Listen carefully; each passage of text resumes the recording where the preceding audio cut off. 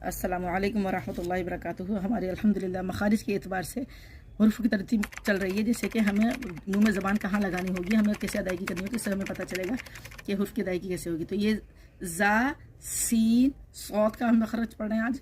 तो ये ज़ा सीन सौद में हमारी जो ज़बान है मुंह के अंदर रहेगी, तो मुंह ज़बान बिल्कुल मुंह से बाहर नहीं निकालनी है। जैसे कि ये जैसे कि मैंने ग्लव्स बनाए अलग कलर ताकि आपको समझाने में आसान लगे। जैसे ये नीचे के दांत हैं, ठीक है, यानी ठीक है, ज़ा नीचे में ये ज़बान लगेगी, ठीक है, ज़बान नीचे दांतों में लगेगी ऐसे ज़ा, और ये जो है ना ये हिस्से, ये दोनों हिस्से जो हैं ये यहाँ पे ऐसे लगेंगे।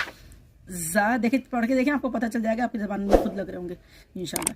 ज़ा सीन सौद, ये इस वाले जो हमारे दांतों की जड़ है, दांत समझ लें, दांतों की जड़ में लग रहे हैं। ज़ा सीन सौद, ज़बान की नोक लगेगी, ठीक है। इस तरीके से इंशाल्लाह अदायगी आप लोगों की सही हो जाएगी। दुआओं की दरख्वास्त है, आप सब्सक्राइब करें और इसको फॉलो करें और इससे आप कमेंट करें कि आप